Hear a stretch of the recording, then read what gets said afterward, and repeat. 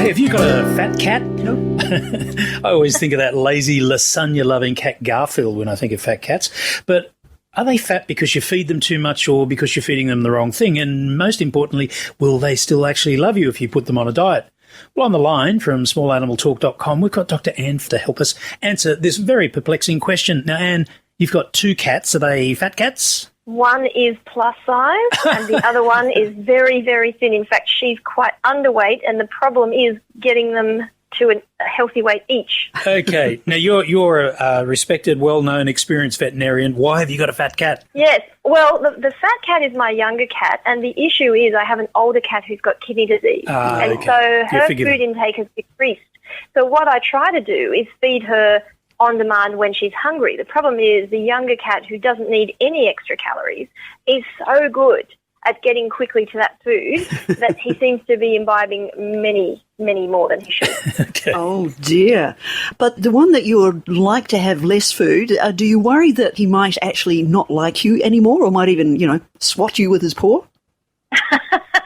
I'm not concerned about that.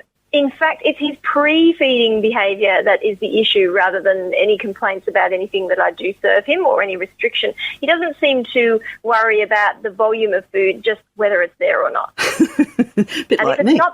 it's not there, then if I'm not quick enough off the mark in the morning, I get a little gentle nudge with a closed paw in the eye. And if that doesn't work, the claws just gently come out and gets a little more menacing. Could be worse. Sometimes they jump from on top of wardrobes and things. That's what he does. That's the next step. And you're not a trampoline. No, I'm not. Well, the other problem is because he's three-legged and I can't ignore it. I don't want him to jump. He knows that it's going to get attention, so it's become this rewarded behaviour because it gets the same reaction every time, which is me getting up and then, I better feed you. Well, there's a reason for asking some of this, of course, because I happened across an article that was put in the Journal of Veterinary Behaviour, and I thought, well, I need to talk to a special person who knows and understands about cats.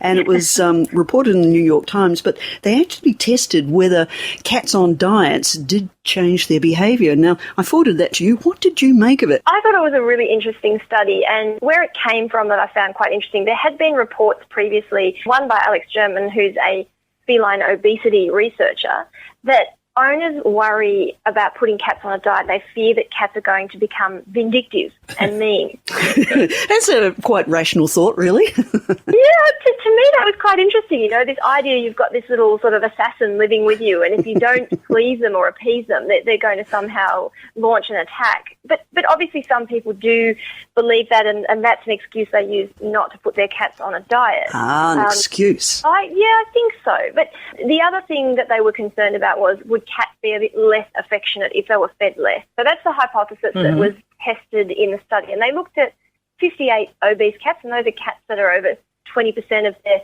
recommended body weight. And I will note here that my plus-size cat doesn't fit into that category, so I'm winning at that level so far.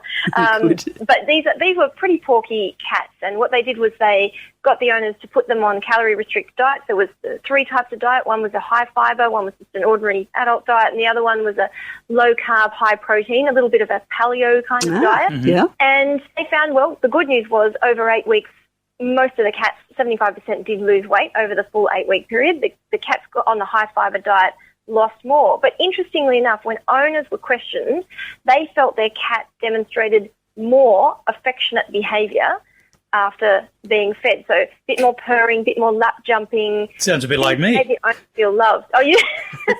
I can vouch for that. So they were more friendly. That's bizarre.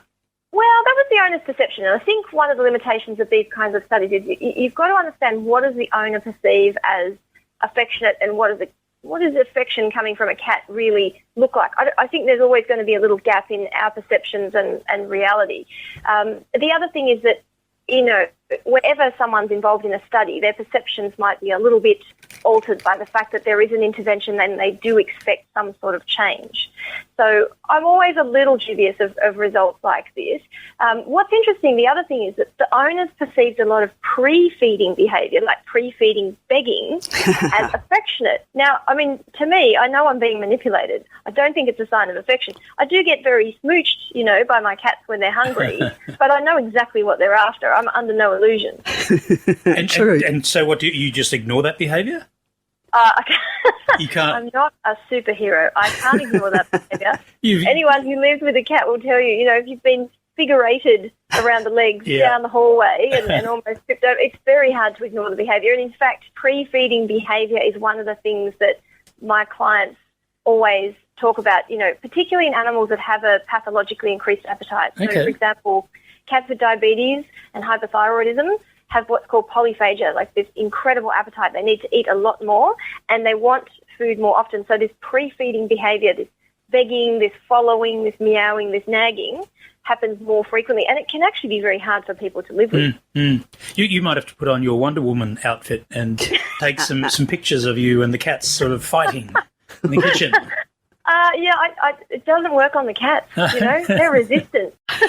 Dr. Anne from SmallAnimalTalk.com, thanks again for joining us Thank you. filling us in on all those wonderful details about feeding our cats. Thank you very much.